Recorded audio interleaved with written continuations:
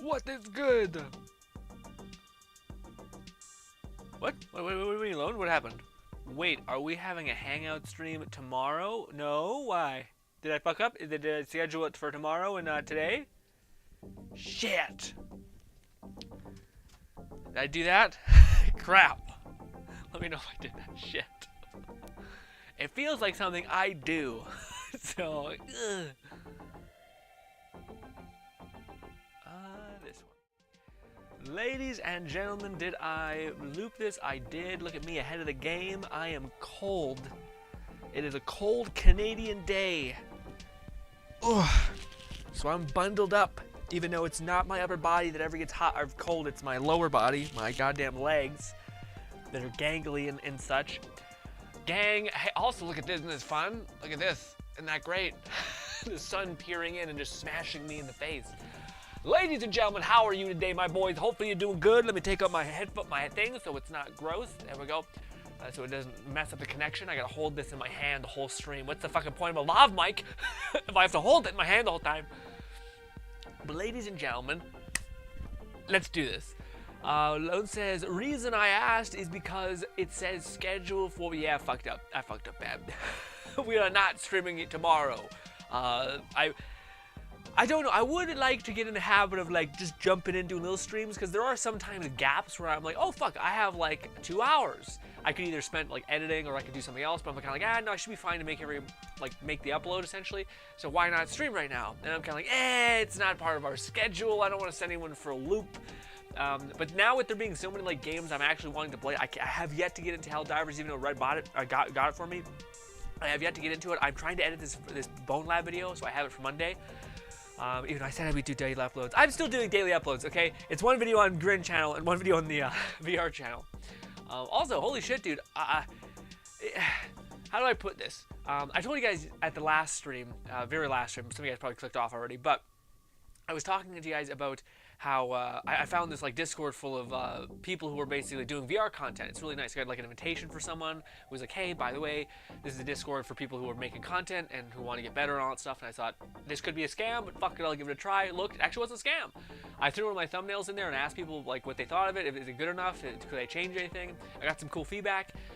But it also, what I think happened also is by me kind of existing in that Discord a little bit, and like talking to people, because people have like questions about like, is this thumbnail good enough? And I was like, I think you could do this and this, and they're like, thank you.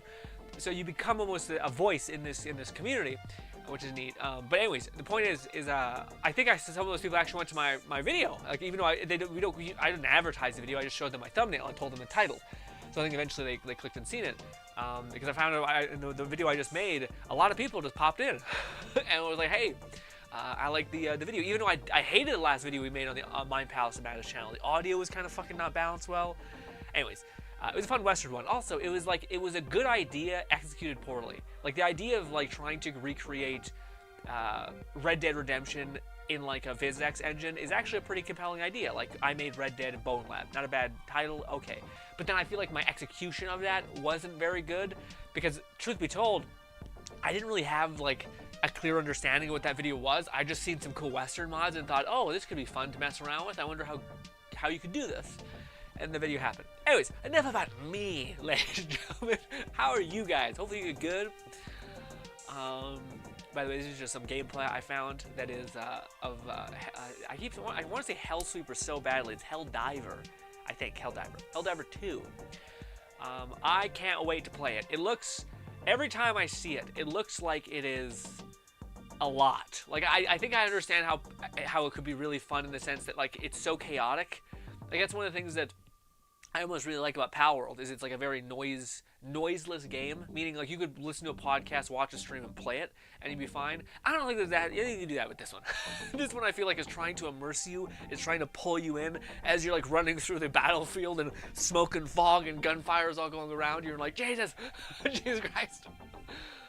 I still don't know how the buildification of it's gonna work, which is my only like slight worry for it. Like I really do. Like there's games where they're like multiplayer games. Multiplayer games, their direct like interest is you get to play and like verse people. So if you have a competitive nature, you can get after it in that way. There's games that are like, Minecraft, where it's like build stuff and like just make your own fun kind of games. But then there's games that are like co-op games, and the whole point is like it's difficult and there's like co-op stuff to it. But I don't know what the hook, not hook, what the reason for you to keep playing this game is. I haven't seen enough about it yet. Brett gave me a bunch of videos I haven't watched yet. I'm planning on trying to finish editing this video by tonight, and then hopefully have some time to play it either today or tomorrow. And then I want to watch his videos before I actually play it. But yeah, I'm wondering what the thing is. Like in Power World, it's like you can breed pals, you can capture things, you can make the perfect pal, you can make guns, you can make builds in a weird way. I don't know what this one's endgame is. Like, I don't know if it's like Warframe, where you could theoretically like make a fucking really like godly build, or if more often than not, it's probably more in that like the satisfaction comes from you doing challenging things with your friends, overcoming odds essentially. Which I want something. I want like to build something crazy. I want to like make progression in that way. I don't want to just like have the achievement of success. I don't really care about that. Alone says, so I was confused because normally I remember when everything is. I rarely try to deviate from her schedule, even though I kind of wouldn't mind doing some like surprise stream, just if I want to play more of the litany of games we have to play at this point. Alone says Fluff says, my apology. I've been late by 2 seconds. You're okay. Fluff says, also what's good, Red? Fluff says, I lost it, Fluff. I lost it, Fluff. I'm sorry, you got eaten up by the void, and I can't scroll because I don't have my mouse here. I have a long enough mouse, I should say. Nice. Fluff says, Helldivers is intensely fun. Yeah, so that's what I feel.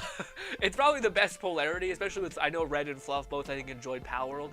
So it's very soft, like fun. Just take your time, have a good time, don't worry about it. And then there's this, which is like, I'm gonna stomp on that ball, all the balls, just gonna grind them into a paste, and you're gonna be into it. And you're like, but it's good polarity, I bet. Raid says, Raid says, I slept like shit last night, but other than that, I'm chilling. That sucks, man. Dude, I talked to you guys about it beforehand, but I'm rereading the book I read like years ago, because it's an audiobook form, so I've been just listening to it like 5 times when I'm working out. Like I've read it. Audiobook is ended and started again immediately after when I'm exercising. One of the things that they talk about in the book, which I thought was really helpful as far as sleep is sleep is a subconscious action. It's almost impossible to consciously try to go to sleep. So if the more you think about like, I gotta go to sleep, I gotta sleep, it's getting late, I gotta go to sleep, the more you have a shitty sleep, because sleeping is not a conscious action, it's a subconscious action where your brain just eventually turns off. So the more you try, the harder it becomes. So the better thing is to just try to not care. As hard as that is, even though you're like, it's fucking 2 a.m., I haven't been to sleep. Try to not care, as hard as that is.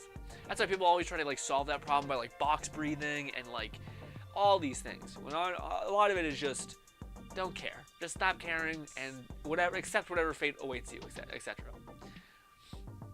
Easier said than done, for sure. Fluff says, you gradually unlock personal gear, armor, helmets, capes, boosts, primaries, secondaries, throughout the Warbound permanent battle. Oh shit! Okay. Okay. So have you seen gameplay of a build that like can genuinely carry pretty hard, or like can it like make me have unlimited grenades or something, or is there like when you get a kill you reduce the cooldown of one of your abilities if you have like this cape with all this one stat on it? Is it something like that where you can actually build like a competent nuke build or like health build or whatever it could be? Because if that's the case, then that could be significantly sick, you know. Lone says, I'm doing good, Grin. I've been just hooked on the Persona 3. I've been playing since, like, I was saying, 10 a.m. Damn! This morning, I just realized it was almost time for the stream. Damn. Yeah, man, that's one of the things you realize when you're getting older. It is so much better to play a game in the morning, because your brain's kind of groggy, but you wake up. You wake up because you're, like, trying to think and you're trying to react. And then you can just play it for that much longer, and then it feels way better than having to stay up and like, because again, when you wake up, you're groggy a little bit. It's almost like you start really low, but then you build up to being like, oh yeah. But then if you stay up till like midnight launch of something, then you start here, and then you just degrade. You just degrade into hollow tiredness as you're playing, you know? The old people gang. Waking up early to play games is the way to do it. I think I lost some comment.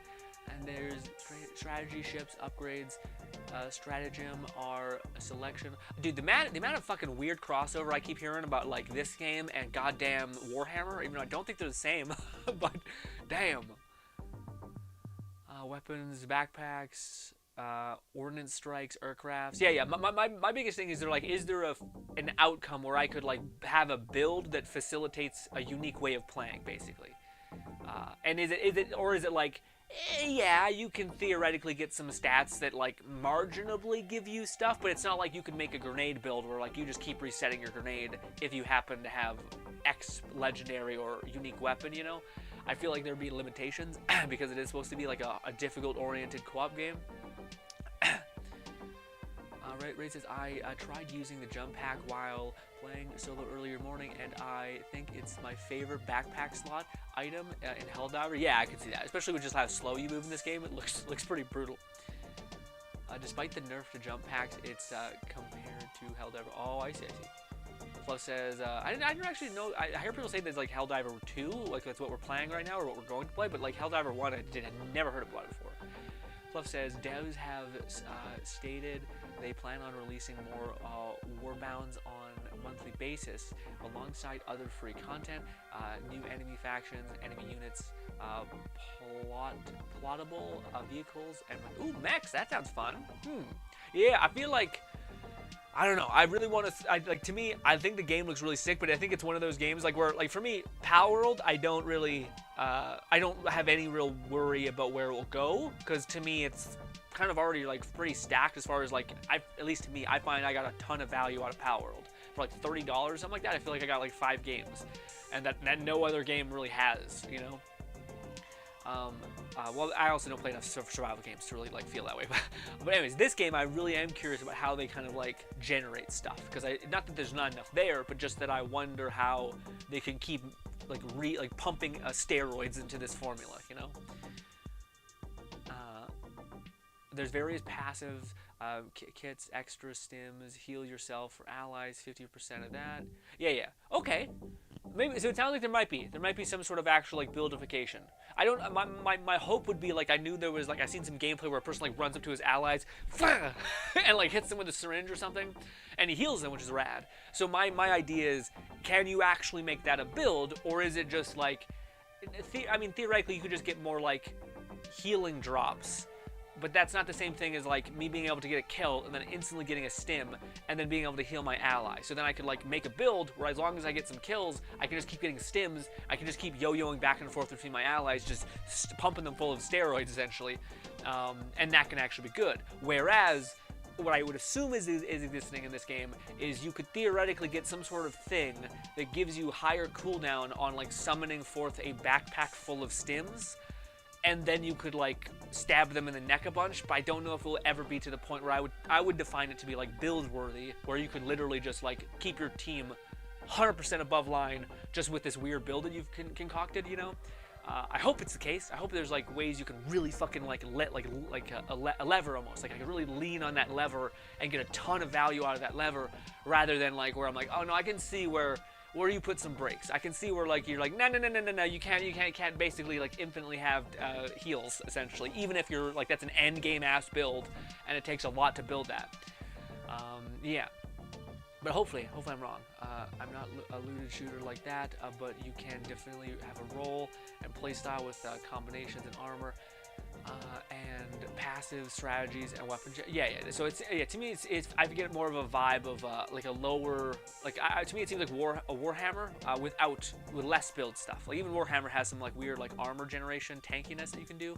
I feel like this one is slightly less than that as far as that, but it's still, you can do stuff in that game too. So if it's less, it's still something. But I really got to get into play just to see, because I feel like you'd be able to pick up what the game is basically, what the game is, or is trying to be, I should say. Alone says, also Grin, did you hear about the recent Withering? I did. What do you call it? I'm sad that the closed betas happened. I've been in the closed beta waiting list thing for like a year and a half now or something, and I haven't got in. I'm just like, fuck you, dude. That sucks. I imagine there's tons of people who want to get in, but I see in the news, one thing I always kind of roll my eyes about, but apparently they're rewriting the entire story of Withering Waves, which I'm like, come on, man. I mean, I don't know. I hope they don't legitimately mean rewriting. I hope they just mean like, okay, let's make like maybe the main story, like the main plot, maybe that's what they're like reorienting. But I still feel like at this early, when it just makes me think this game is never gonna come out, you know.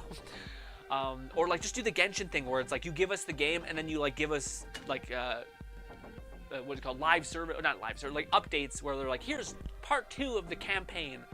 At least then I get to play the game and enjoy the world and stuff like that, which kind of I think helps actually, because you start to like, if the gameplay is good enough and you care enough about the world and the environments and then like the cute characters that you're playing, then you subconsciously, when you see them in the story, you're like, ooh, ooh, or this world that you're already invested in, the story's that much more interesting, you know. But anyways, if there's anything else I missed alone in that that you want to talk to me about Withering Waves, let me know, because I feel like I'm missing 2 things that I probably should be able to bring up. Oh, I do know that in Withering Waves, which is hilarious, apparently, we kind of knew this already, but I guess there is some sort of like Pokemon capture system, and I only imagine after seeing what Power World did, they're like, let's prove this a lot. Like, I think they even have Luckies. I don't know if that's in response to Power World's success, or if it's just what they already had planned, because I think they already had like this weird, like, you could capture like copies of people essentially. So I think they already had something in there, but I can see them like leaning really hard into like Power World really works as far as this gameplay mechanic. Also, I'm sorry guys, the chat's moving a little bit. I wish I had like a bigger screen so I could just look up instead of having it cut off. Fluff says yes, it lose in a loser set. Got it. Helldivers has fighting an endless galactic war on multiple front. Oh, okay. Fluff, what's good? Crazy says they seem passionate about the game, which is always a great thing. Which one? Oh yeah, about this one. Well, yeah, I think this was one of those games where I mean I don't know, man. I was saying it. I was not expecting. Well, I should have suspected it. Frankly, there was enough weird blood in the air for Suicide Squad that I should have probably been like, yeah, this one is not doing what Suicide Squad is doing. I could see that like this one actually weird, even though I thought this one would actually be the one that maybe did not do so well because it was coming behind a AAA game. I still think this game, and AAA and non-AAA games feel like they're all like, I would define Power World as a AAA game basically, at least to me. But like, and even this game looks like a AAA game. But yeah, I also Suicide Squad looks like a AAA game. But like, there's, yeah, I think these are still considered AA, I think, but I don't know.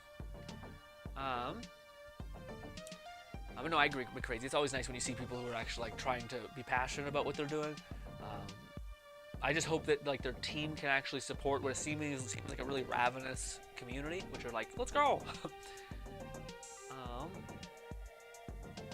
Fluff says, with the right combination of gear, you can lean into a support role. There's the support backpack where you can carry 4 resupply boxes that you can use to restock yourself or your allies when they're low. When they're low on grenades, stims, or armor. Yeah. But one thing I don't understand is it seems like you can like call in stuff. Like you can call in like a resupply. So theoretically, if you have like a really big backpack full of stims or whatever you called in, is there any way to decrease the cooldown of the call-in that you just did? So I call in stims. Is there anything that like you can get a hoodie or like a cape, or a helmet or a gun or something that has an effect that basically makes it so that it like lowers the amount of time it takes to call in? Because at least then you could kind of do that. You just have to have a build oriented towards like doing it, which I think is a good idea because it forces you to like play into a playstyle, whether that's getting kills, whether that's resupplying your teammates. Essentially, like decreases the cooldown of your ordnance or like if you're calling. And yeah.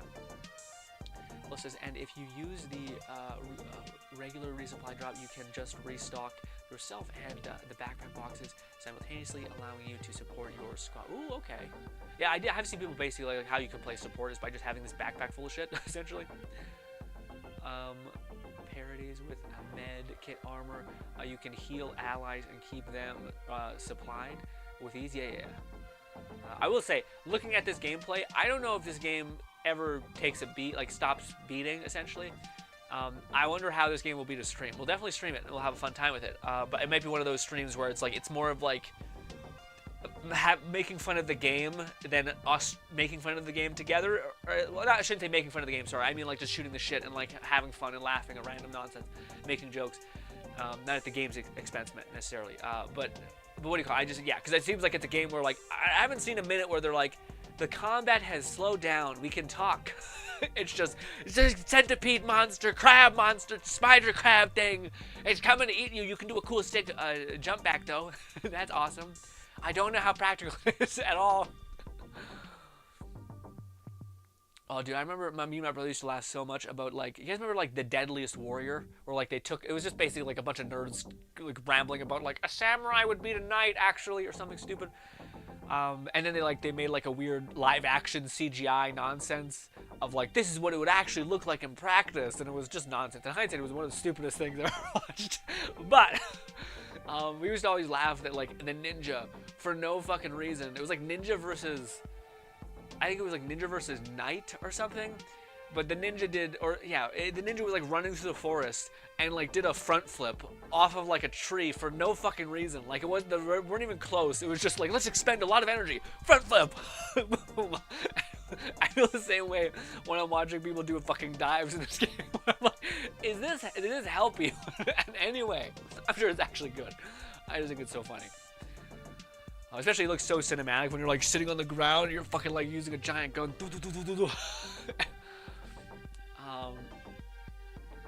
Paired with a medical kit armor, you can heal allies and keep them supplied at ease. Lone says, nope, that was what you got. Yeah. Well, I'm super excited for Withering Waves, man. Again, I want to be able to play it because I don't really know. I don't really know if I'm gonna like the feeling of the game. Like even that's my only real kind of slight criticism for Palworld is I wish it was slightly better tuned, meaning like it's a little floaty. Like gravity feels weird wherever we're on as far as that planet goes. Whereas I like snappy feeling things. Like feeling like even when you hold the glider, it feels a little like not as refined as I've played in other games that have like that mechanic. So I want to know what like Withering Waves feels like. Is it going to be like a game that feels really responsive? Am I going to dig the parrying system or whatever the hell exists, you know? I think so. I think yes. But we'll see. Fluff says, pretty sure Withering Waves had a monster capture system. Yeah, before Palworld. Well, I'm not sure if you'd say it's... Yeah, I mean, sure. I think it was more of like... I think everyone perceived that like their capture system as like a collectible capture system, not like an actual... useful thing. It was almost like, oh, there's a cool monstrous enemy, let me like save its consciousness or something, or its like digital footprint in this code that I can like throw him out and he can kind of exist. Doesn't really do a lot of damage, but something. Yeah, but I think you could capture things in that game, or at least collect things. I feel like it felt more of like a collection method than it did a actual gameplay method, but I could be wrong.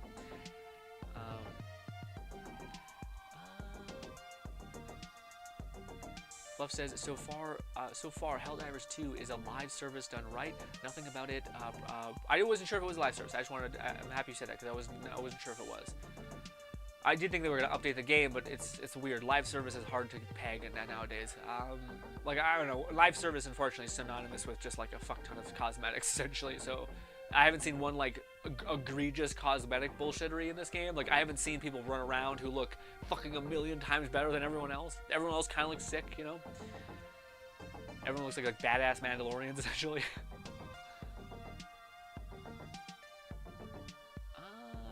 Yes, ship upgrades.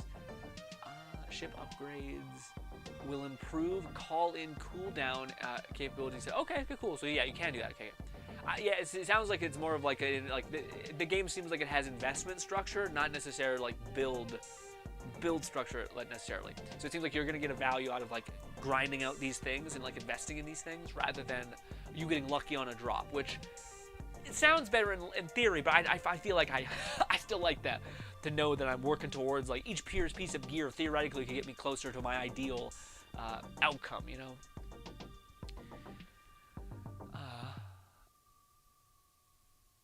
Fluff says, but it's more of a meta progression system. Yeah, that's what I was just, yeah. Fluff says, the mission will grow in intensity with difficulty, and as progressions, 40 minutes for straight standard missions, and 12 to 15 minutes for blitz and wave survival. Ooh, that's fun. Okay, so they're not like making it absurd. I imagine they get longer as you go harder into difficulties, right? Still, a 40-minute mission is pretty like substantial. That's a good bit. I thought the same thing for Warhammer. Warhammer Dark Tide. I mean, not. I guess yeah, Warhammer Dark Tide. Warhammer. What do you call it? I felt like it was one of those things where like, man, if I wanted to grind this game, it's a lot. Like each mission, which doesn't give me great loot, is like an hour or like 30 minutes. There are reasons to try to complete a mission quickly and effectively, but there are also research samples, medals that require dotting around most maps worth collecting for personal progress. Ooh, it's tough. I wish it was one or the other. I don't like that there's options. Fluff says boosters are permanent unlocks, but you can only use one unique booster per player when deploying.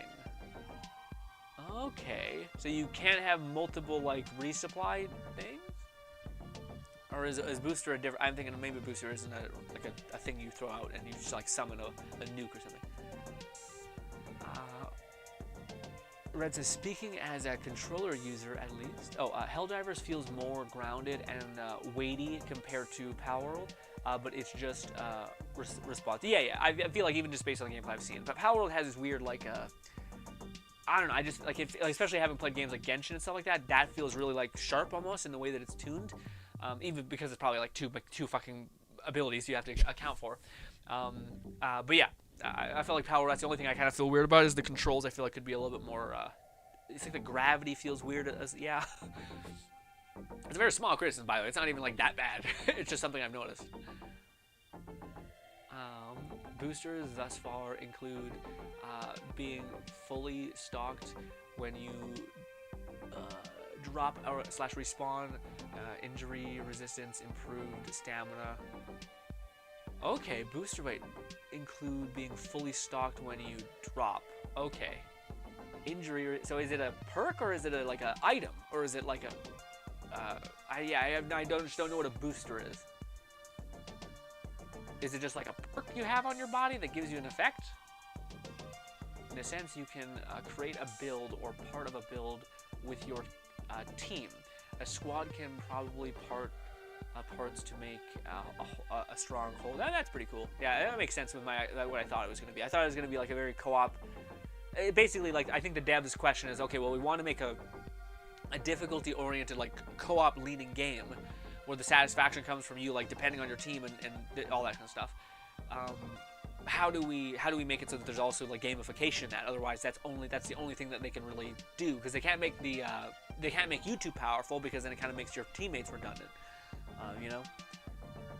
So that all that stuff kind of makes sense. He's kind of like again, you can be proficient in an area, but that doesn't mean you're going to be able to be okay, because you need to be proficient in many areas.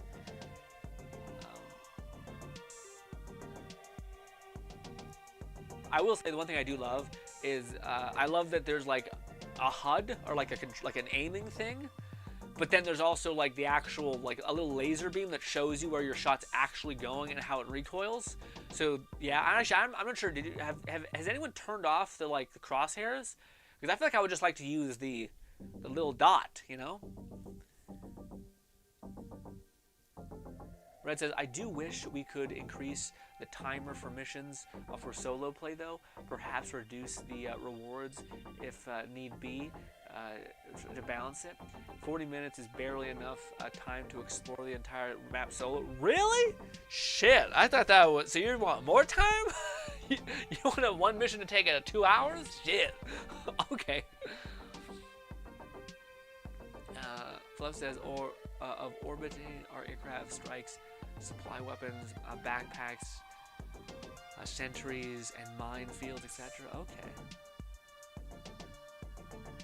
Generally, you won't want to be fully exploring the map solo. You'll be focused on the primary mission and extracting from time bonus. Yeah, I'm not sure what.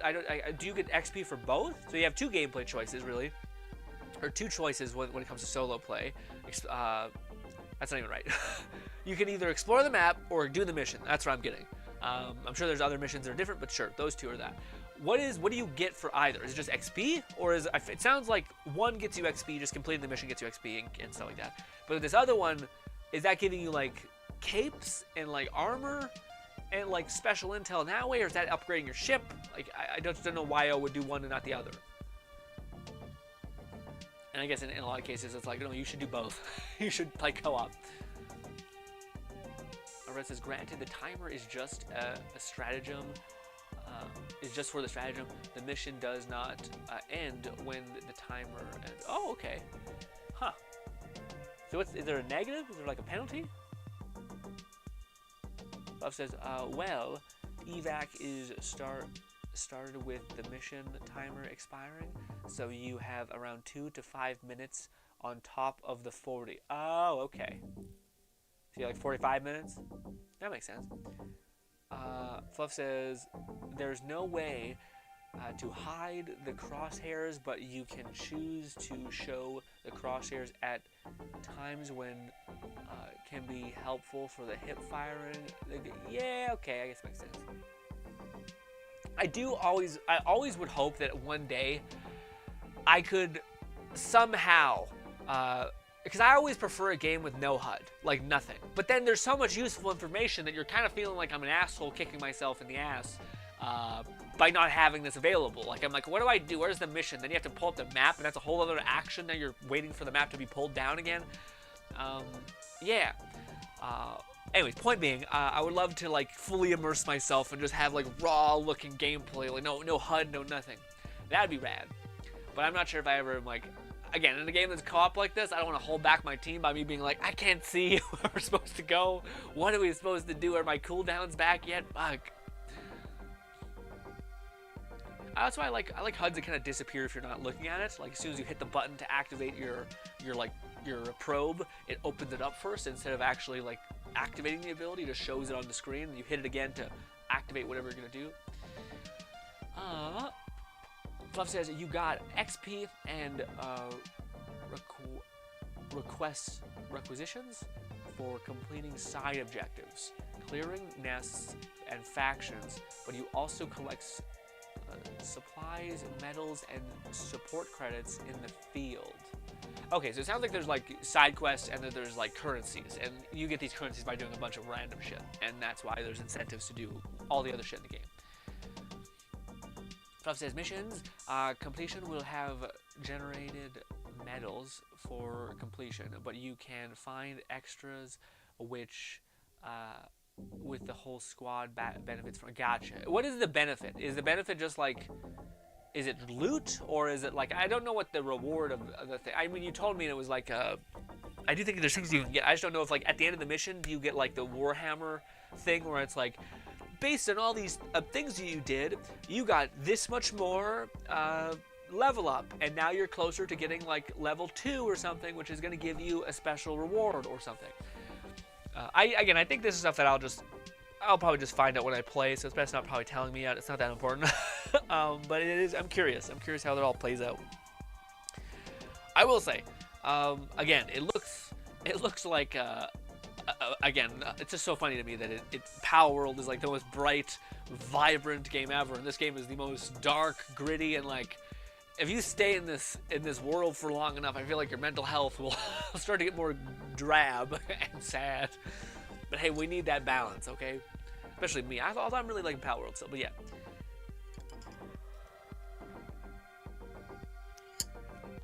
The whole point of this goddamn straw thing is so I don't hit my teeth with all this coffee. Ladies and gentlemen, there is, I'm kind of itching for some VR. But, I'm also, I think we should slow down and enjoy this. Enjoy the whole, vibe of this game. Of the games that we're currently having the opportunity to experience. Samples are what you need for ship upgrades. Gotcha. Red says, yeah, hiding the reticle entirely would be bad. The moving circle is the reticle determined where your gun is actually aiming. Yeah, see, but that's what I meant by like hide the reticle. I just mean hide the. I just want to keep the laser sight basically. So I just want to aim and see my little laser beam thing go. I don't want to see this like T and 2 dots or whatever the hell it is. That like the classic T reticle. I prefer if it was just the white like little node, which shows you where like your object is actually aiming. You know, with the fact that your body absorbs recoil and stuff like that. What do you call it, Lone? Are you interested in this game by chance, or are you probably have too many games? You have Suicide Squad, you have Persona, you have you don't you don't have Power, but you're gonna have other games. You have Persona. Yes.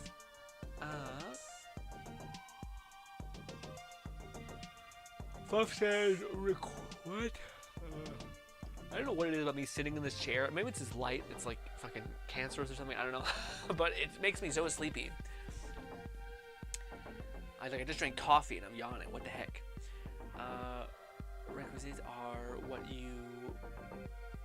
Okay, so yeah, that's what required for strategy. So it seems like a lot of these weird things that like, why... I don't know, yeah, it makes sense that all these things give you a different type of thing. So that's why there's incentive to do that. But instead of you telling me them and I'm probably not going to remember them, I best to wait until I get in there and I can just be like, okay, this goes here, this goes there. Red says using unless you ADS aim down sights. Yeah, but can you like that's one of my favorite things though. Whenever I see videos of a person who like you don't need a reticle. Shockingly enough, like your brain will figure out that like this general area, like maybe it's like 2 meters forward or 1.5 inches center your screen away from your gun barrel. That's actually where like the hit is. So you get this weird sense of like being able to be like, you don't actually have anything in front of you, but you know the bullet spread is going to go there. So to me, I think that'd be neat if that's going to be a thing. I don't know. Also, yeah, I do find it very weird that there is like a first-person mode, but there's not. You know, it's like only when you're aiming down sights, and I'm like, is it that hard to not? I don't know. I've never really been a fan. I think of like the whole like zooming in to your like a POV of your aiming reticle when you're what is it called when you're in a third-person game. Like it's just a lot of movement of zooming in. But maybe they do it really well, so I should maybe. I haven't really have experienced it in some games, but I tend to be like, why? I want it to either be a third person or first person, and then stay there. Like I like the two options, but I would like to stay in either or. If I don't want to jump in between, you know. You can also set so each gun will require functions and ADS model. Yeah. I was gonna say I did see some videos where like it just speaks to what this game is, which is like you technically don't. Well, you can I guess see how many bullets you have in your mag by like holding down the swap button, like whenever you swap to weapons. You can see your bullets in there. But you can also like on the fly with some weapons switch to like how many bullets you want to fire, like the RPM, so you can increase the fire rate of the weapon. But what's hilarious to me, which I actually kind of love, I also hate, but like if you reload, you drop your current mag. So like it says you have 5 clips. It doesn't tell you how many bullets it does. You can find out. You just click the thing. But the point is that if you reload like way ahead of time, if you're a compulsive reloader, guess what? You just lost all your ammunition. So it's like fuck, shit. But also I really like that idea of being like, hey, you can't too much.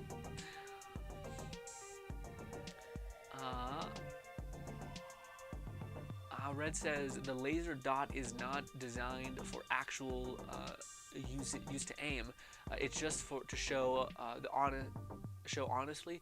It's not like a Resident Evil game. No, I know, but I've seen people use it. Like actually, I feel like you could use it. I feel like you could use it as a reticle, or like a way to get the hit things. I think it may not be like better than the crosshair, but I think it looks a little more scenic.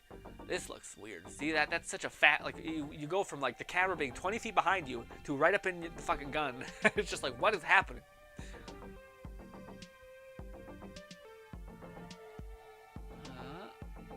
Lone says, I have returned. What did I miss? I was just wondering if you're interested in Helldiver or if you have too many games to play. I assume it's the latter.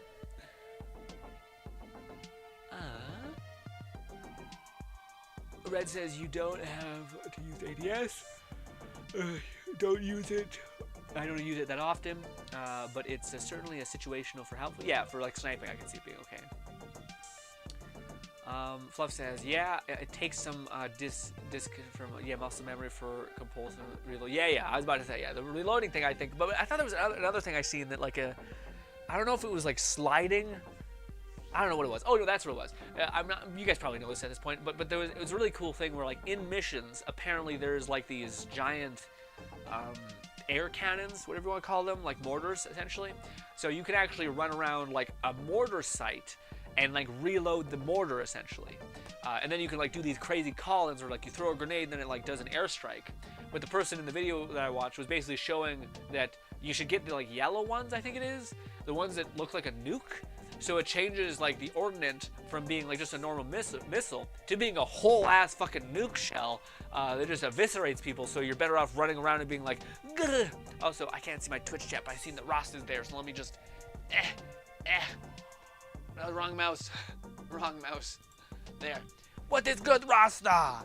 How are you, my boy? From Twitch. What happened this week? Anything cool? Ooh. Oh boy. But they're round reloads, guns, the primary warbound revolver, pump action shotgun. If it's too irritating, that's even cooler though. That like to me that's fun because it actually makes it so that there's incentives to other types of weapons like a shotgun shell or something, you know. Lone says, is Helldiver on PS5? Yeah, that's actually the hilarious thing, Lone. Helldiver is one of the few games that's a PS5, I think, backed game. It's coming out on PC as well, day one. Because it is technically a live service game, which is, oh man, I'm not sure if you guys seen the whole Xbox hubbub. Dude, I have never been more like, it's such a weird thing of like, I hate console wars. I was kind of like, yeah, good, Xbox, get out of the console wars, let everyone play some fucking games. It makes sense, your whole model is Game Pass. Like, just as many people that can get into Game Pass, you're winning. But then people are like, but I brought up Xbox. What about me? And I'm like, yeah, but you're still gonna get the hardware, you're just not gonna get the exclusives. And yeah, I don't know, but then people were like, I hate it. I want to only be able to, I want to have to spend $500 to just play 2 games. And I'm like, you guys suck. And of course, Xbox backpedaled immediately and was like, we're gonna try some games going over to PS5 and see how it goes. And I'm just sitting here as a fucking PC user like, God damn you all, you stupid idiots. Anyways.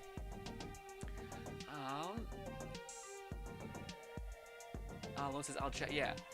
There are the one in the chamber mechanics. If you reload, partially expand mag, you reload faster. Yeah, I did. Yeah, that was another thing where like if you reload slightly faster. So if you're wasting bullets, you're technically reloading faster, which I thought, that's fun. That's enough of an incentive for it not to be like, oh, I just dropped 80 bullets on the ground. Flo says it's published by Sony and PlayStation. Yeah. Crossplay should be enabled. Yeah. Red says, I mean, Helldivers 2 requires a PlayStation account to play. Really? Ah, fuck, I didn't know that. Hope my old account still works. Lone says, I mean, all I have to go off of is this game is what your guys are talking about. If it's a PS5 game and there's crossplay, I'll buy it and play with y'all guys. Yeah, be careful. You've already spent a lot of money, but yes, we would love to have you. I was weird about like, are you gonna get this game? And then the person's like, I'll buy it for you. And I'm like, wait, wait, there's a lot of games to play right now. I hope I can play this game a lot, but I don't know what happened yet. Maybe, yeah, just wait. Although I've heard nothing but good things, so I think it wouldn't be a regretful buy regardless. I think, but still, it's your money. You know what to do with it. Also, what's good, Kazo? Kazo says, hey, I found you for Let Die. Video is awesome, man. Thank you so much, man. Hopefully you enjoy those videos. Thank you kindly for your sweet words. Fluff says, there's actually been a recent outcry for PS5 players wanting Helldiver 2 to release on Xbox One.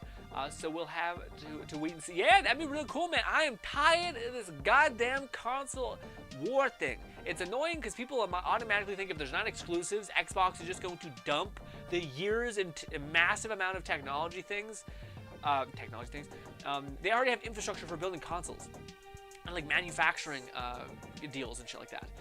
They're not just gonna dip out of the fucking console genre. They're just gonna stop doing the fucking weird exclusive shittery that I despise.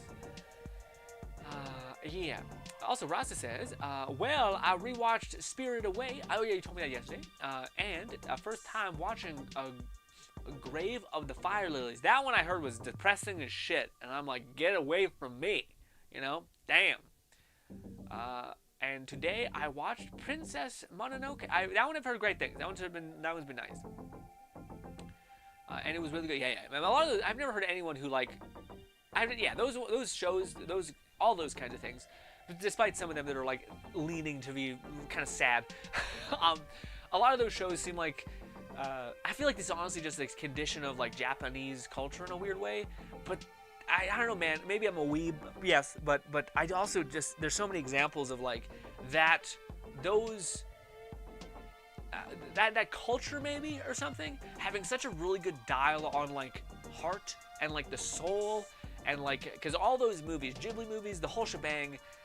Just the East. I don't even want to like generalize and just say like Japan and be a weeb about it, but the East has a really good dial on like knowing how to like pull out the soulfulness and like the care and the humanity of things. The Western movies, man, I don't know. I get exhausted by like it's very clear on what they perceive we want. But yeah. Xbox has been behind since Xbox One generation. They just don't have exclusives to sell. Yeah, but it's not like they don't have exclusives necessarily. Like I still think they try to do exclusives. I think just Sony is significantly better at knowing that like exactly what people want. I got the vibe early on, with the exception of Scalebound, that Sony had a pretty good dial again on knowing what gamers actually would be willing to buy and what they're interested in. Xbox always seemed like they were like, let's make Rise Son of Rome, and I'm like, who is this for? Like I don't. It's weird. Sunset Overdrive was good but bad timing, I think. But like what do you call it? God of War Ragnarok, I think could have come out 10 years ago. Could have came out 2 years in the future, or 10 years in the future. Sorry, I still think it would have been a game that most people would want. Especially considering there's like The Last of Us was successful. Like there's already plenty of nodes that people say this is really interesting, and then like a compelling story about like a man and his father and like godhood. And like mythos. It's just like there's so many check boxes checked that a lot of people are like, I'm in. And Xbox, I don't think is as good as doing that. But then again, then they make a game called like Hi-Fi Rush, and I'm like, oh, okay. Well, I'm not sure if you get it, but some people who are working for you get it, who really get it. That was amazing, you know. Fluff says, well, Xbox will be releasing 4 exclusives onto other platforms, likely for the from what Phil Spencer said, and Hi-Fi Rush and Sea of Thieves. Yeah. I did see that, but I also seen a video which I thought was kind of nice and compelling. But it's people basically saying this is absolutely a test. Like it's absolutely a test for Xbox to see how many like Xbox games can they release without it cannibalizing too heavily on one of their other business models, which is selling consoles. And this is the thing that I think makes more sense, which I've heard as well, but I think Xbox is probably going to make a significantly stronger console than Sony's, but it's going to cost pretty high, still pretty significantly more. But I also think that that's going to be their kind of way of not leaving the console space, but kind of differentiating themselves from Sony in a big way, where it's like, yeah, you're gonna have to pay more, but at least you're gonna be getting an unrefuted better experience. Maybe we'll see, but at least that would make more sense to me as far as Xbox's kind of strategy, especially when it seems like they're already trying to lean more into PCs, because PCs are just becoming easier to make and cheaper to make in a lot of those things.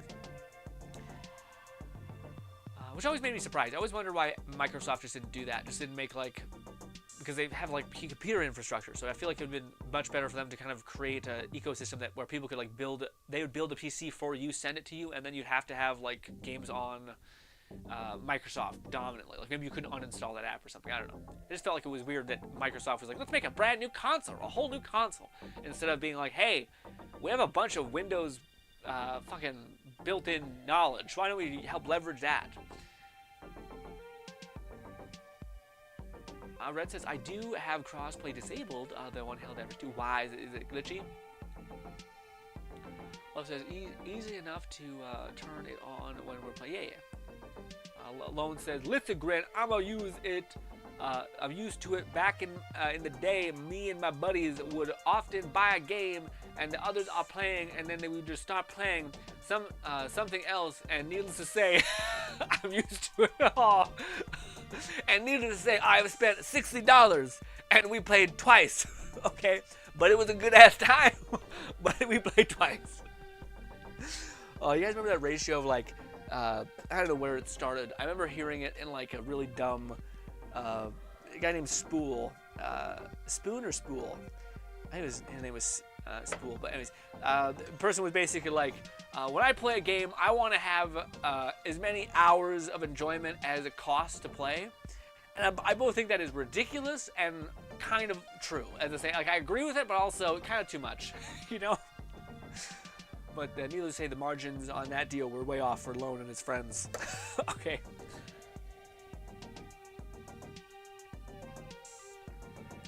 Lone says, after the stream, I look into some Helldivers 2 gameplay because I was going to buy Tekken 8. But if it catches my attention more, I'll go with the former. But if I'm being honest, I'll probably buy both. Good man. but again, if it doesn't look up your alley, then maybe not. I don't know. Again, I don't know. Lone is one of the weirdest test cases for like games ever. Like I have a pretty good read on what I think like Fluff would like. I've got a pretty good read on what Red would like. Yeah, I got a pretty well. Again, then there's like these weird categories where like I think Raidenade and Lone both inhabit, which you guys just like a fucking massive amount of weird shit. It's like Boldy might be in that category as well. Like what do you call it? Lone plays not Nikita. Serena Kage or whatever it is, which is some weird deep cut anime booba game, which is awesome, very neat, but it's a weird gameplay loop. I don't even know how to describe the gameplay of this game. So I'm not sure. Like I'm not sure what game. If you played if I know you played a game that's like dark and gritty, you know, I just don't. I don't know. Xbox, Sony. After the Fluff says, Xbox and Sony have both pretty much confirmed mid-gen upgrades this holiday season. Yeah. Helldivers 2 gameplay is also on screen. Yeah, this is what it is.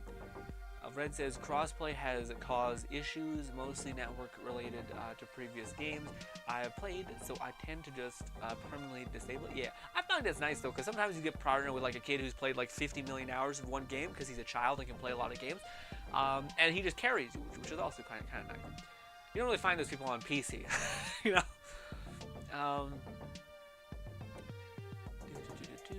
Lone says, that's what this game is. Well, thanks, love for. Yeah, I'm about to say this is Helldiver. Yeah. I'm surprised you haven't seen it at all. I've seen a bunch of people make streams of it because it's like I think it's just again. I think we're also in a really good period right now where like timing of things are really working out. Where like again, I think I haven't seen a game like this in a while, like a dark and gritty kind of like Dark Tide game. And honestly, in hindsight, I don't know if Dark Tide should have been as successful as it was.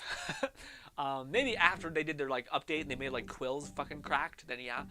But yeah, I think there is like a starvation thing when it comes to games that are dark and gritty and yet like don't hold your hand. You know, this guy's getting fucking eviscerated. He's getting juggled by some mortar strike. There's also friendly fire in this game, so yeah. Again, this is one of those games that's like, we want you to realize you're bad, okay, and get better. What is good, Boldy? Boldy says, Tekken A, Tekken A. He's like the little fucking demon on your shoulder, like, hey. Love says, I still haven't started playing Tekken 8. Yeah, haven't you? I'm not sure if it's happening yet, but haven't you tried or made a dent in your Yakuza series game thing? Plus says, let alone Lad, Infinite Wealth.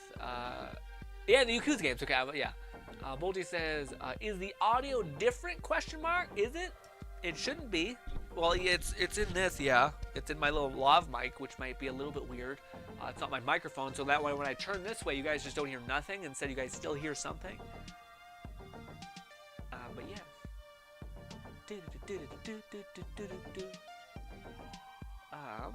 Flo says, let alone Flown says, and yeah, Grin, that's how that would go. I spent $60. We played twice. Never touch it again. And I'm like, damn. Do it 2 times. We're like, that's bullshit, okay? We're not going to let that happen. We're going to play at least 5 times. Yeah, 5 times should be a good barometer to feel it out, essentially. I do feel like it is going to be one of those things where, like, yeah, it might be heavily leaned towards, like, comms being a necessary evil, you know? And I'm like, oh, I just have a weird thing in my head where I feel like when I hear people talk, I find I tend to listen or be quieter because I want to hear what they're saying. I don't want to talk over people. But we'll see what happens. We'll see what happens. Maybe I can MacGyver enough understanding of the game to where I can kind of position myself in places where I'm not the clear one who is out of line, essentially.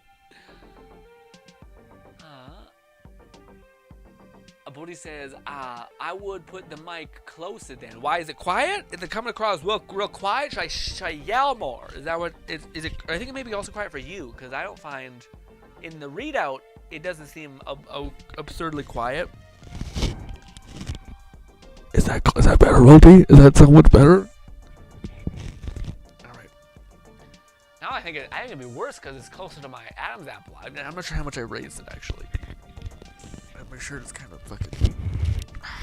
Okay. It's now almost underneath my chin beard. I got a long-ass neck, dude. I was like, is it closer? It's still like a solid 4 inches away. Anyways.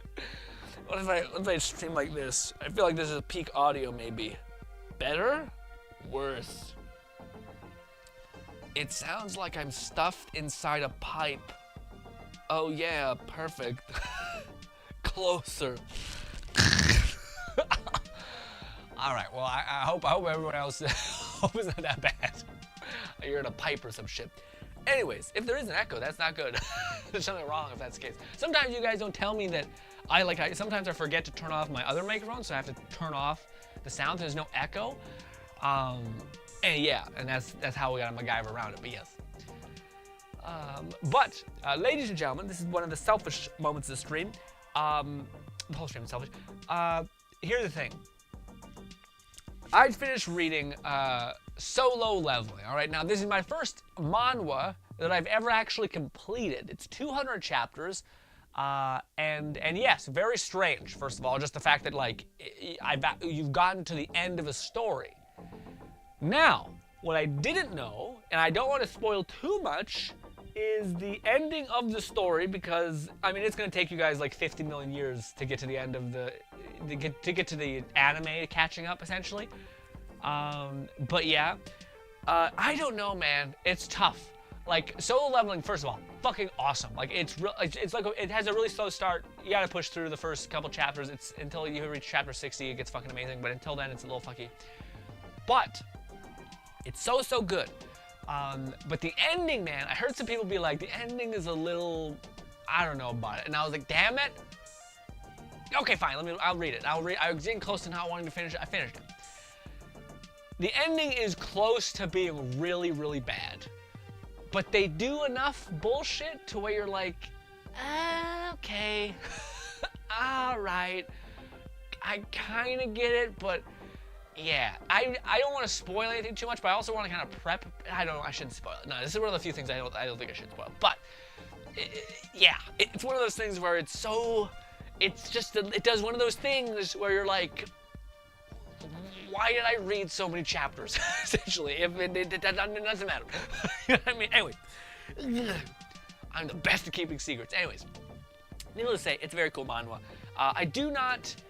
It's good. It's really good. A lot of people have like they're too much. People are like, this is the best thing ever I've ever seen, and it's just impossible for anything to live up to the fucking expectations of that. But yes. Anyways. Raid says, shit, I might go take a nap. I'm starting to get tired. Go take a nap, Ray. We miss you, though. Hopefully you stop by on Thursday, but we love you, and go sleep. Go sleep. Try to not sleep, though. I don't mean not to try to sleep. I just mean as soon as you're in the bed, stop trying. Let your subconscious take over. Just hang. Do not misunderstand what I'm saying by being like, oh, I should not try to sleep. I should immediately get into bed and then go on my phone. And it's like, no, not that.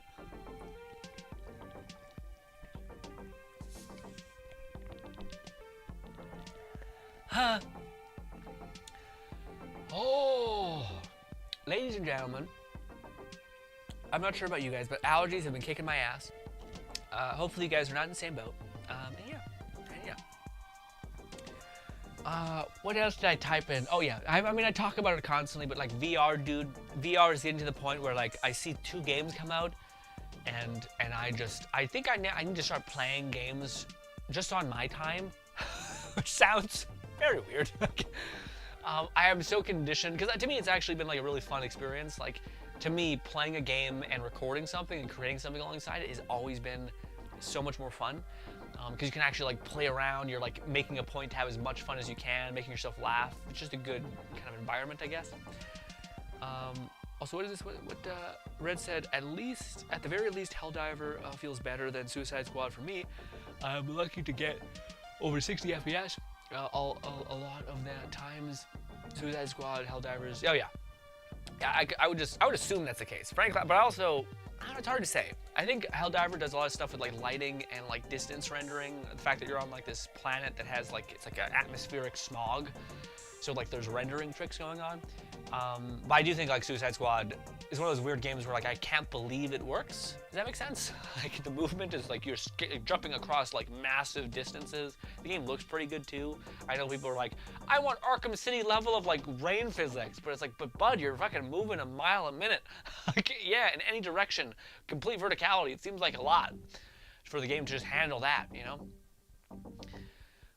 But yes, it's good to know though that you're getting consistent frame rate in that game though. That makes me excited to try my PC at it and see hopefully if I can get some good frame rate too. I don't really feel like I'm in condition to need 100 frame rate now, considering my monitor is 160 FPS. I haven't really felt like I need it, but also I haven't played too many competitive games with it yet. But I could see it going like below 70, where now my brain's starting to be like, hey, like I think my barometer has increased. I don't know if it is now locked at it's 100 FPS. I think it's like it was 60 and now it is 75, even though I'm technically living in the 100 FPS land, you know? But yeah, I'll get there, I bet. Whenever I get a 200 refresh rate monitor, then we'll be, I don't even know if you'd be able to, yeah, you'd be able to notice it. It's all about how fast you actually move in a video game that you would notice it. It's also funny to hear that and then hear Red talk about, I think Red plays mostly on the controller. So like, it's not like PC people who can just go, wah! And they're right behind themselves, you know? Your like controller sensitivity is still very much a thing. Red says, your PC at least 160 hit in Helldiver. Oh, I hope so, we'll see. We'll see. I do like them graphics though, so I do, but also I do love the NVIDIA like performance mode. That's always nice too.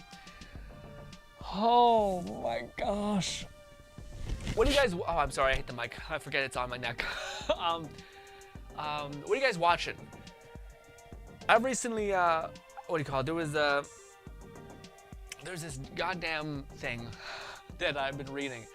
It's a weird manga that's like, the premise is, the more I read, man, the more I realize everything is basically can be categorized under like a simple prompt, essentially. So like there's a new, you know, I've talked to you guys about like modern day fantasy. Like it's clearly something that exists within manhwa and even anime, where it's like, let's take our world now and a dimensional rift goes open, and then New York City has a bunch of these towers, and all these towers are dungeons, and now everyone else got powers, and now they're hunters.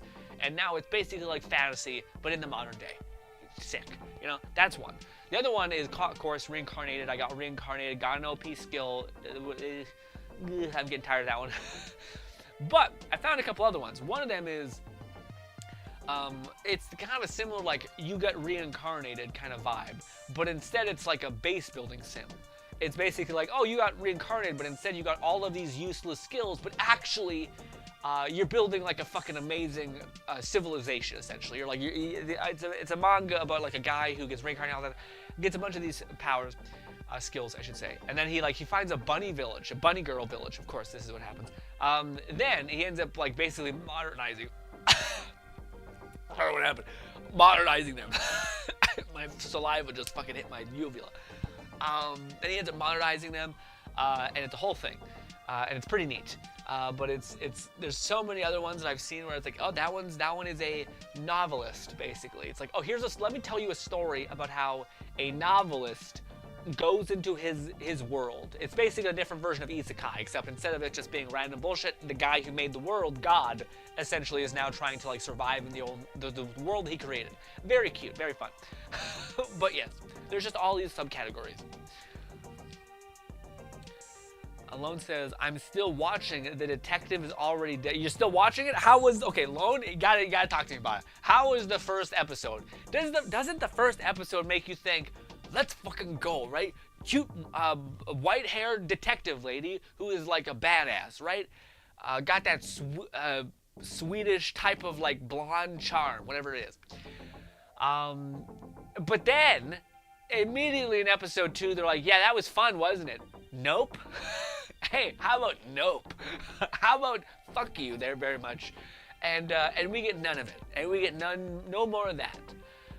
How is it, Lone? Does it get better? I only watched up to episode 3, and I thought, yeah, I don't think I can do this. Even though I spoiled myself a little bit, I found some stuff out. Dogs are popping off, sorry.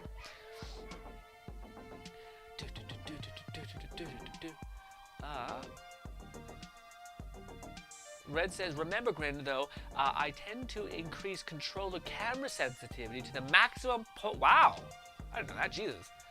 You must have a really tall joystick so you can still make finite movement. Not nearly as fast as a mouse, but close. Jesus, I did not know that. That sounds excessive. That sounds like a lot. Red says, I hate gaming with the camera sensitivity. It is hard capped to be super slow, very irritating. But I hate gaming where the camera sensitivity is hard oh, I see, yeah. Yes, I know what you mean. Oh, my back. Oh, my God. Lone says, it's the first episode. It's surprisingly long and deceiving, but I feel like it weirdly works for the story that will unfold. Yeah, I know. I gotta get you to like tell me about it because I basically was like, my only question was like, you know, it's one of the best things ever, but it's like my favorite thing to do when people do in story. My favorite thing that authors do in storytelling is when they start the story by basically saying like by quenching your brain from like wandering to like bad places. So they're like, My Hero Academia is a great example. It says he talks about the superheroes, the world, and then he ends it with saying, this is the story of how I became the #1 person. And you're like, fucking let's go. So at least you know that like no matter how much suffering, no matter how much bullshit he goes through, you know that eventually the boy is gonna reach the summit. Let's go. We're in. We're locked in, baby. So with this stupid anime that I told Lone to watch, the story basically is like, okay, there's this awesome detective lady that we're in a kind of like a supernatural world. The individuals have like weird powers. Not that much, like it's a rare, like 1% of the population has these powers. This main guy basically gets pulled into this detective girl's shenanigans, and then he ends up becoming her sidekick. It's very much like a Watson and whatever the fucking main detective guy is. Watson and someone else. But anyways, the anime starts with basically being like, yeah, the girl that he just spent like 4 years investigating with, she's dead. So the girl that we just made you really like in the first episode, she's dead. And this is the mystery of him trying to solve her death or some weird bullshit. So the first thing I looked up to be like, is this anime worth watching is she actually dead? Because I'm not watching a fucking show where the whole point is they make you fall in love with the main heroine immediately because she's sweet, and then you're like, yeah, by the way, she's dead. She's dead, and it's sad, and it's depressing, and you'll never see her again. And your only respite, Sherlock, thank you. Your only respite is basically sick and twisted like satisfaction by solving the crime but she's still fucking dead. So what's the fucking respite? No, there's no respite. You're just sad. You're just depressed. Anyways, so I looked up to see if is the detective actually dead, which is what the name of the show is called. The detective is already dead, or something like that. I don't know what it's called. Point is, I looked up and they're like, in the manga at chapter like fucking 200 or something. Yeah, there's hints that she's actually alive, and you're like, what? And like it's you're gonna have to spend eons just to be able to maybe to make a dent, and that she's not completely dead. But then they do this shit where like it's not clear if she's a clone, and I'm like, I'm out. I'm out. If she's a fucking clone, I don't know, man. It doesn't seem good enough. So I got loaned to watch the anime because he apparently likes mysteries, and that's the whole premise of the show. It's very much like a mystery vibe type thing. So I couldn't be bothered. So I was like, maybe it does heavily imply that she's actually alive and that this is some sort of elaborate Sherlock and Watson prove yourself shenanigans.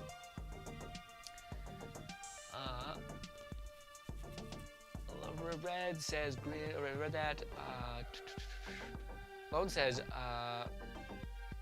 Grin. I have 2 Nikitas to hit me with them. Hit me with them.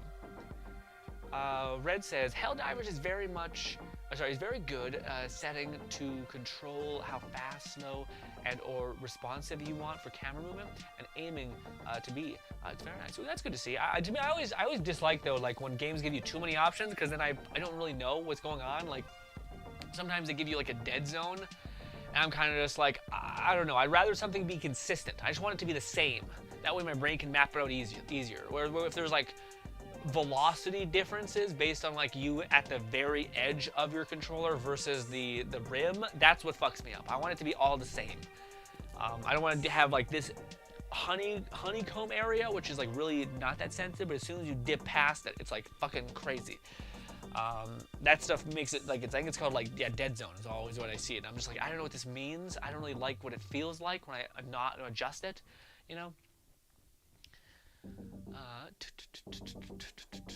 Lone says Sherlock, yeah, and Watson, that's what it was. Oh, I didn't drink water, I'm getting dehydrated as hell. Oh, also now I'm like warming up.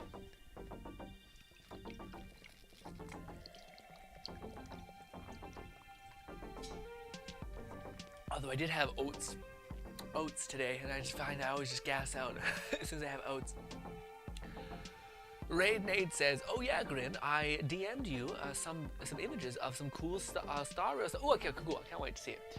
I mentioned, yes, awesome, we'll check that out in a minute. Oh, what other game are you playing outside of Star Rail, Raid, or are you just locked in? I did see that there was a Tower Fantasy update, or are you just fully like, well, we're gonna move that to the side? or do you keep up with it? Because I did see, like, again, I think Tower Fantasy is one of those games that does, I mean, I see people shit on it, but I think it's like, again, I really dislike when people shit on something that it's not necessary, not even necessary. It doesn't even make sense why you're shitting on it. Like, theoretically, this is just a game that has a ton of content. It's got like 5 maps. It's okay for you not to like it, but that doesn't mean it's bad or what it's doing is bad, you know?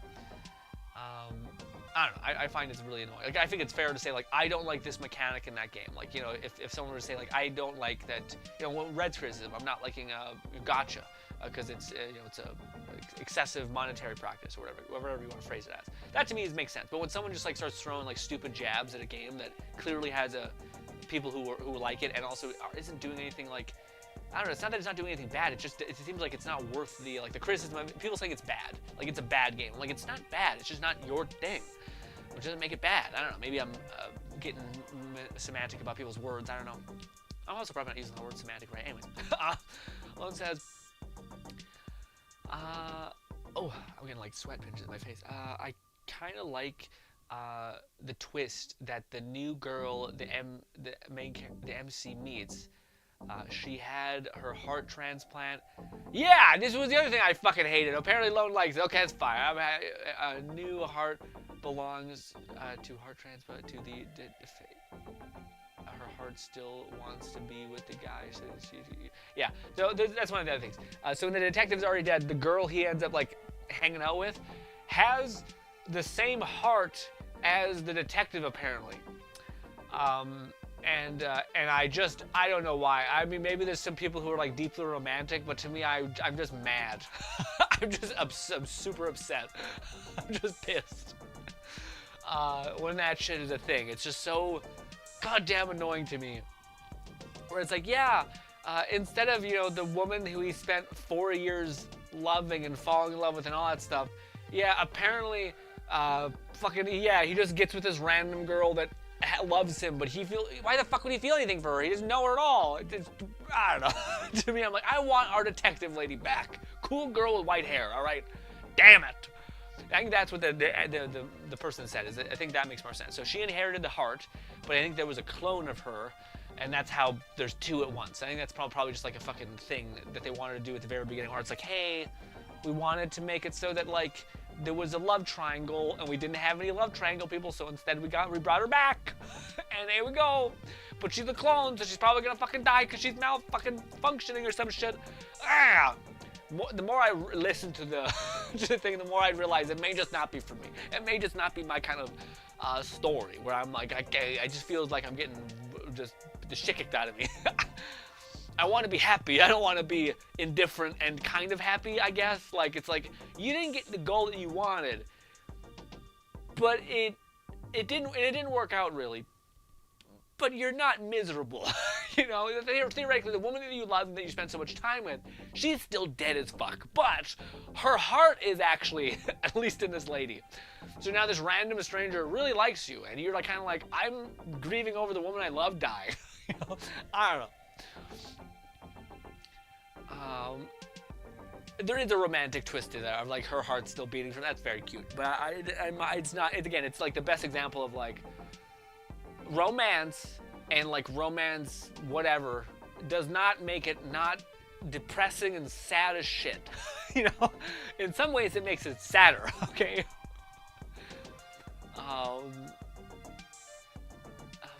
Red says fair grand. For me, I want all the options.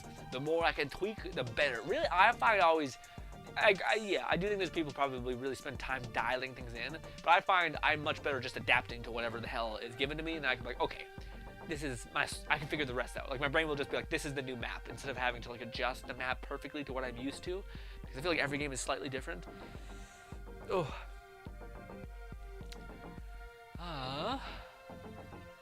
Raid says, I've been playing Warframe a bunch with some friends on PlayStation. Nice. Is there any new like crazy Warframes out there, Raid?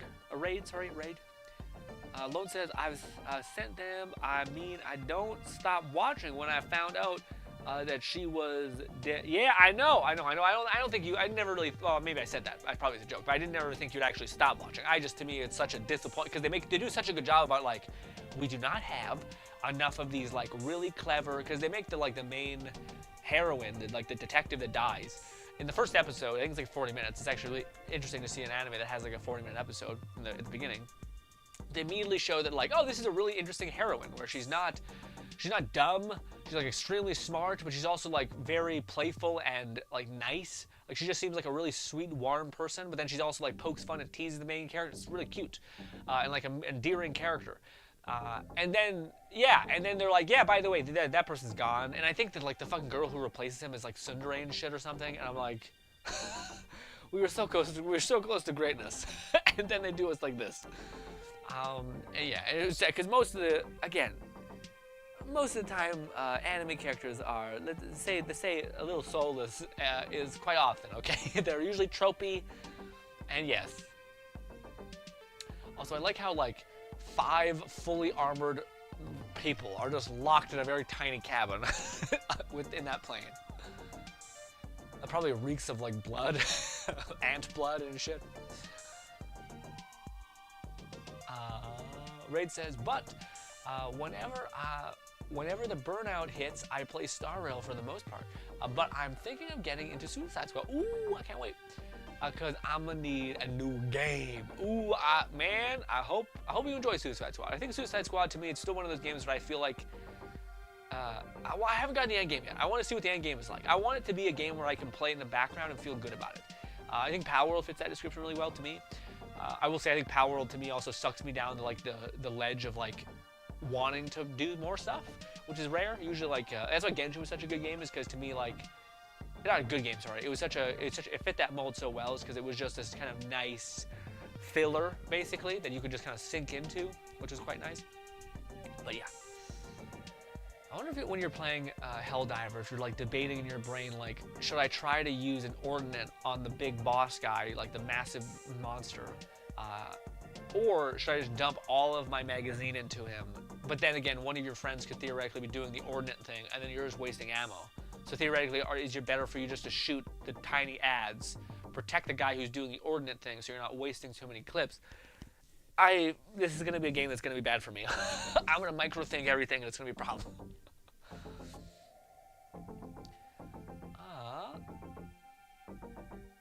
Lone says, we call that task failed successfully. Yeah, I don't know if I'd say that. I'd say it's, yeah, maybe. It feels like I didn't want to win like this. I guess that also feels, if it's the task failed successfully. But are you all set for Sparkle? Ooh, is this a new Star Rail character? Let's look at Raid's message, which he sent me some Star Rails, and then we'll look at Lone's message, which sent me some half-dressed women, most likely. Okay. Twitch, it's a joke. They're actually, you don't care at this point. Yeah, you don't mind. You're all up into the titty committee thing. Sorry, Twitch. Let's go to Facecam.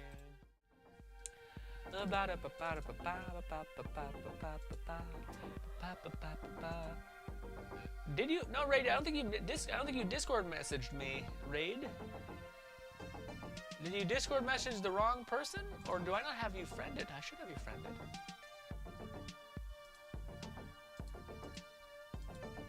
I do not know what is going on, buddy. I don't think I have you, Raid. But doesn't take nearly. Yeah, I don't know. I don't think I have your message, Raid. So we'll look at Loans first. Maybe. Oh no, I do. There you go. Why are you not friended? You know, accept DMs. What? No, accept DMs.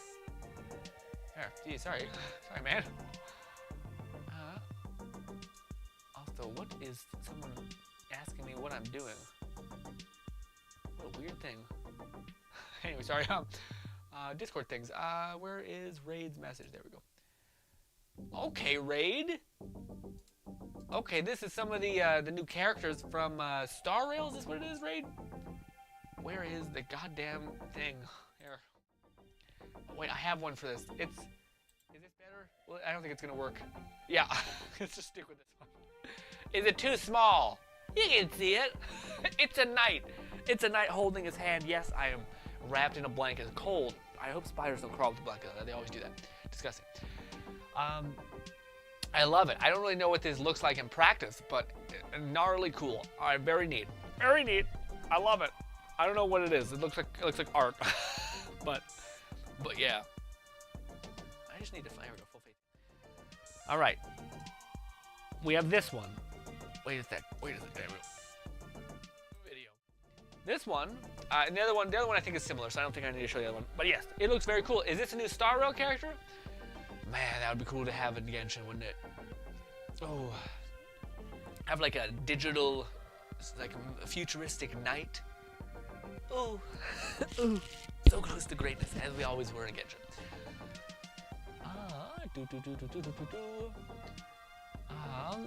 Red says, I can vouch for that, Grin. Law. Helldivers is so chaotic. I tend to struggle a bit when deciding to call down an ordnance and when to place it, while keeping in mind not to kill my teammates. Yeah, I feel like that's gonna be a big thing where it's like, I feel like everyone in that community is gonna have to embrace you're in the way. I'm sorry, hey man, we have a boss coming at us. You might have to die here, okay? I'm not gonna not call it an ordnance because he's chasing you, okay? You better hope you're fast enough to get away from the ordnance, okay? Or you may want to die on the ordnance spot. That might be your sacrifice, your noble sacrifice, okay? But yeah, I feel like, because in my head, I'm just going to be like, I'm going to throw the ball. I'm going to throw the ordnance, and I'm hoping you're going to be okay. And maybe you'll go down like in a blaze of glory, you know? Lone says, well, it was Valentine's Day a few days ago, so I knew Nikita's are the maid themed. Ooh. Raid says, my name probably, I found it, yeah. It's Gamer for Life. Hang on, I can friend, yeah, you can tell me from guys. Raid says, yeah, Star Rail, character named Sam, he's a robot. He looks cool. What is his abilities? What is he doing? Raid says he's not playable yet, but he's in the story. Is he cool at least in the story, or do you not know enough about him? Because he's kind of like a enigma, maybe. Lone says, I just checked. Helldiver 2 is like $40 here. I thought it was I thought so too, but I guess not. Oh, I think yeah. Every game feels like a fully priced game because in Canada it's $80 to $60 or $60 to $80 or $60 to $100. So yeah. But yes. Okay, now let's. Hopefully, Raid will tell me about what he's got going on. That's a very cool non-Gundam. Yeah, it looks a little Gundam-y, yeah. Oh man, I don't know. Gundam to me always oscillates between like I'm into it and then you know, I'm not sure if this subculture is for me. But then you see some of them and you're like, that looks rad. But then you're like, am I this? And then you're not. You're never as into it as the other guy, essentially. You know. People into Gundam are. It is them. They are Gundam. Okay. All right. This one is acceptable. Maybe. Jesus Christ. Every time we see them, it's always just like a what the fuck kind of thing. Can I get this to work, you think? If we do memes, when I do this, I do activate this will it work? Let's see. Boom, boom, boom. Come on, maybe. Work with me? Hey, work with me. Hey, work with me. Nice. All right, let's see. Let's see what this is. And it's very tiny, but maybe that's for the best. Twitch, there's no exposed giblets, okay? It may look like that because it's low FPS and you can't see barely anything. Cute little heart, very cute. Jesus, her back is just thrown out. She's constantly having to not only, maybe she's trying to cradle her horrible back pain, so she's kind of like scrunching down, maybe. Who knows? Not as much cheeks, I will say, as much as we are fortunately or unfortunately used to with Nikita's. The chibi thing always throws me off. It just looks like a weird fucking teddy bear child thing. I feel it's unnerving a little bit. But yes. Is she a bunny? She's a bunny maid. No, not a bunny, sorry, a cat maid. Significantly less cool. I think bunny would be a neater get. Why are cat girls such a dominant force and bunny girls are not? I feel like bunnies will have so much more connotation towards, you know, and cats are just kind of assholes most of the time. Anyways, maybe because the internet loves cats. It could be a massive thing. Okay, I'm into this one. This one, it's S tier already. It's so good. I like this one a lot more. The clothes help. Man, she still looks ferociously stacked. Yep. And honestly, that is actually like, it seems like it's more, there's more, you're getting more basically, while showing less. You know what I mean? I like this one. This one's cute. Yeah, she also seems very sweet, very nice. I bet she'll have the lowest sales, unfortunately, of any character. But she looks awesome. I like the hairstyle. Rad. Very cool. Are they the same character, Lone? I just realized that they're both technically maids. And one is half clothed with like no armor, and the other one's like, ah, fuck it, we just gave her a normal outfit. Oh. She is an unkind cat maid. Good. That's what you feel like. Yeah, again. Dumb. Sorry, Lauren, I don't mean to be showing her your Nikitas. But I do find myself enjoying the actual maid one more. She looked nice. Much nicer. Oh, let's do this and then this. There we go. Oh, it's so bright. That damn light. Oh. Fluff says, I disagree, Red. Wait, let me catch up. I lost some stuff. Arguably, it's the most important thing to succeed in in a team in Helldiver, it's voice communication. Yeah, I thought that might be the case. Fluff says, I disagree, Red. It is important if you have a group that is comfortable with the voice, but the game has text chat and ping. That's true too. Voice makes it, yeah, I can see it making it easier. Lone says, she is at the Unkaime. Raid says, we don't know his kit, but he's got a lot of fire-related stuff, like in his boss fight during the story. He has a combustion state where he does more damage and consumes HP. That sounds kind of neat, Raid, but as you're, I don't know, to me, I just get like every character in Genshin for like, I feel like Genshin does too much of like the same thing all at once. And I imagine Star Rail is a similar vibe where like, I don't know, that's a trope that we've seen a lot in video game stuff, where it's just like, the more I do more damage, but I lose health. And it's like, okay, you know what, a thing I still look back on and think it's so fucking cool. And it's probably one of the better examples I don't even think Gearbox intended to do. But Moze, out of all the characters in that game, Moze's splash damage grenade build to me felt like one of the most breath of fresh air things possible. It was so fun, it was so chaotic. If they actually leaned into it, and then instead of it just being like, yeah, she also has unlimited bullets and she also has a mech bear that can kill things, that's great too. But if they would have leaned into it, like the more splash damage dots you attain, you build up like stacks, and then you can like expend those stacks on like a melee punch or like a weird unique melee hit. Like things like that could have been really fun. But anyways, my point is that like Moze in Borderlands had this really cool effect where every single time you do splash damage, you would recover grenades. So unlike any other Borderlands games, grenades are always kind of like this random thing that were nice, could kind of be overpowered, but ultimately you'd eventually run out of them, and it's kind of, that's it. Whereas there was this character that basically could like infinitely get grenades, so you had made all the grenades in the game significantly more interesting and unique. And they made it even better by giving Moze the ability to like, they made it so that Moze's special grenade had like this arcing effect. So there was a grenade that basically tethered to an enemy, and technically those tethers were considered splash damage because they're like an AoE damage type. And that splash damage would basically just result in you doing a ton of little tiny, like 1,000 hits of splash damage at once, constantly detonating your ability to regenerate a grenade, and then you could have like unlimited grenades. But like just that playing in sequence, and then also she had something, this is kind of what I'm talking about in referring to maybe this character's kit and how I think it could be, just builds in general can be more fun nowadays.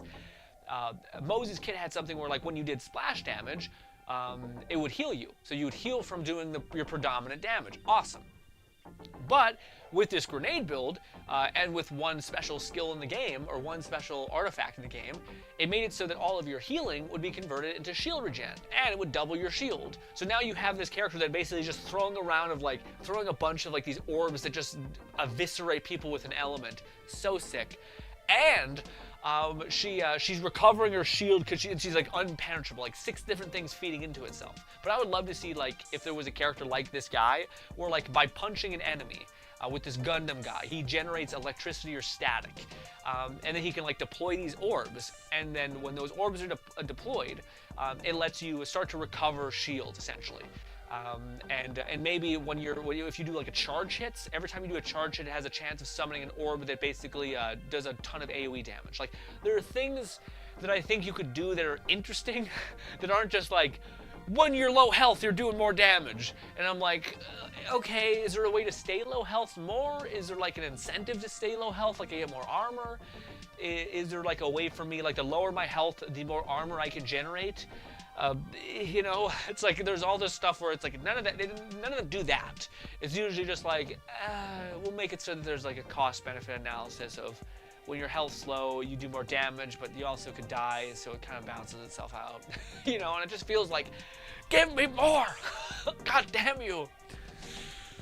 Perhaps I'm being greedy, but I do feel like a lot of games are not nearly as creative as I hope they should be. And again, we have good examples of like Power World, And I think Suicide Squad is also going to be a good example. Like, I think you could do a competent grenade build in that game. I think you could do a competent critical build in that game, and things like that.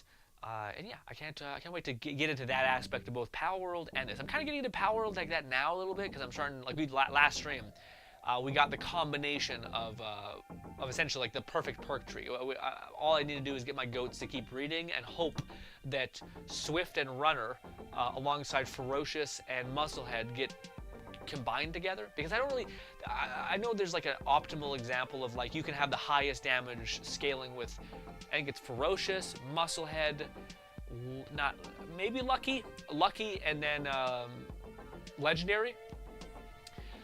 But to me, it's like I think one of those. I think the two smallest metrics on those two things are like, I think it's an upgrade damage of like 20 to 15%.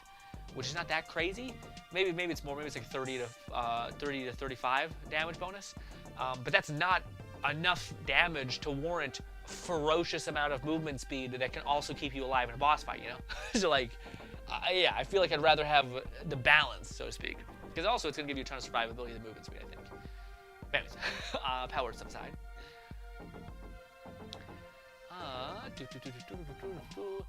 Okay, Lone says. This is Abby. Unfortunately, her kit is not that good. So yeah, unfortunately, sorry, not many summons for her. But the other maid, her name is Privately, and she has higher tier drops and more summons for. Yeah, I was about to say. So this character is getting slept on. Fuckers, sons of bitches. Lone says, however, me personally, I don't care. You had me at maid, as I'd say, as I saw them, I was like, yes, and I'm with you, Grin. I enjoy Abby's a lot. Yeah, I was about to say, I don't know what it is. I think it's also because I think, yeah, there's like this constant misconception, I think, with like design for characters where it's just like, what dudes want to see is just more fucking flesh, which is like, yeah, sure, there's definitely people who have their proclivities, everyone's different. But I also think that, yeah, but like I also think that like again, there's a lot more there with even the outfit being very floofy. Anyways, Lone says, however, me personally, I don't care. Yeah, that Raid says, yeah. Funny thing about that, there are also characters in Star Rail that does that already named. Like, yeah. See, man, that's what I'm talking about. I mean, I guess it's kind of nice if you're like, but I want this on that. But I still just think, again, I'm happy that 2024 is starting off with just like leading with that, where it seems like there is a lot of games that to me are showing that like people don't want higher graphics usually. People want gameplay and gameplay mechanics usually. I think that's what they're hungry for right now. There might be come a time when people are really craving more like higher quality games and stuff. But I don't know when that will be. I think we're gonna have a good 4 years unless it doesn't fully swing the other way. If it kind of stays this weird limbo of like some games being creative and then other games having good graphics, and then both are kind of like spreading themselves thin, I don't think it'll be good. But anyways, Lone says also, Ada's whole thing is that she is the perfect maid. Oh, I see. So one is like the shitty bastard mean cat maid. And then this is like the diligent, actually awesome maid. Guys, you always gotta go with this one. Yeah, the one crappy, you deserve better, all right?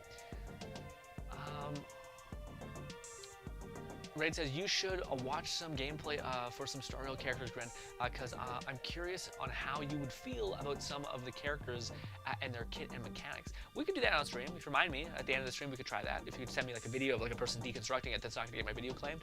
I think most people are chill about it. Even if it gets my video claimed, it's not that big of a deal. We stream every fucking 3 weeks, or every 3 times a week. So if one of those videos get fucked, it's fine.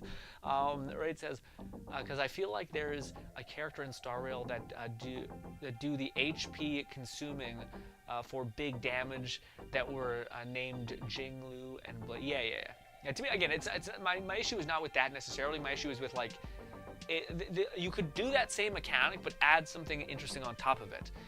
Like say if you're losing health already, why not make it so that when you lose health, like maybe the main character is like a dude who has red hair and he's like a vampire type character, and every single time he takes damage or he starts losing his health, blood crystals start falling off him and they like heat seek on an enemy.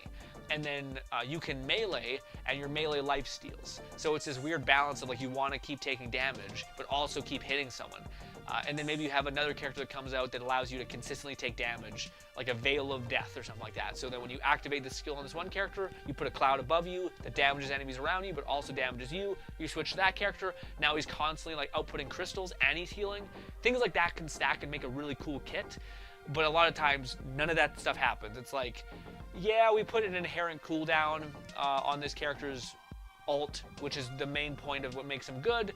We'll release another character down the line that makes that go away, basically. It just gives cooldown reduction on some characters, but not others. That's what we did. And it's just like, how soulless. You know what I mean? I don't know. Lone says, I feel like like in general, if you play Nikita, there's reasons/plot to play. Yeah, I do feel like, again, a lot of things on a surface level get criticized because of booba. You know, anime was like one of the best examples of that constantly, where there's always like these weird instances in anime where like a dude slips, falls into just vagina, boom, in the face, and it's just like, and it's dumb. Or like opens the changing room and it's like, God. Anyways, so that's always been a thing that's existed. But then also, it's surrounded by like a good story with compelling characters that are unique and have their own weird personalities, and that's fun to see. And yeah, to me, it's one of those things where like I'm sure Nikita's in the same boat of like it has this like illustrious kind of risque type character design, etc. But I also could see it being like a place where like when people are financially secure in what they're doing, they tend to then also be good at doing the other stuff because they're safe. This tends to be why we see a game that's like not very sure what it is. Like sometimes a game is like, are we a FPS? Do we want to be like hyper competitive? Do we want to be very story driven? Do we want to be PvE oriented? Them kind of struggle with what to do and therefore kind of feel aimless. And also they're trying to make money through like weird sales of like skins. It feels super disjointed and kind of chaotic. I think then that can lead you to basically not having other good stuff, whereas I feel like if you are making money and you're also doing what you kind of find is fun, then you do the other stuff pretty well too. Raid says, I gotta find some gameplay vids then, because I wasn't prepared for the... No, I mean like next stream. We're about to wind down. Don't do it now. I wouldn't watch now. We're about to wind down. Ladies and gentlemen, I am off to go try to edit this dang gum video. Hopefully it turns out it's a video just having fun. I don't even want to talk about it. it's a Mind Palace Madness video. And then as soon as I'm done making that video, hopefully on Monday I can start making the Power video about the skills, because I actually think we made a lot of cool discoveries yesterday, which by the way, I never got to say thank you enough yesterday. Thank you guys so much for putting up with me kind of like, I don't know, sometimes there's streams where I feel like we're doing stuff, we're locked in, and there's other streams where like you guys are kind of accepting that I'm doing something that can help me understand how to make a proper video. Which then could increase our community if it does well, but who knows. So I appreciate you guys letting me actually like sit there and kind of like think through things, and I also really appreciate Red who's there, who's like trying to kind of like pushing back against some things, being like, well, did you know about this? And I didn't know about that. Thank God he told me that like some skills don't work, and I would love to mention that in the video and stuff like that. So you guys weirdly helped me, as much as it may not be the most like fucking balls to the wall stream ever, you know. But ladies and gentlemen, hope I can see you again. Appreciate you guys so much for hanging out with me, and we will stream tomorrow, Thursday. We probably will stream, I don't know, we'll see. Helldivers is going to be a next stream, but I just don't know if we're going to keep Suicide Squad or keep Power World. I kind of love Power World though, so I don't know what's happening. Also, it's weird that one of these, can I show you guys by doing, I don't know how to show you guys. Anyways, ladies and gentlemen, thanks so much for your time. Hope I can see you again, and goodbye. I'm getting rusty with these whole goodbyes.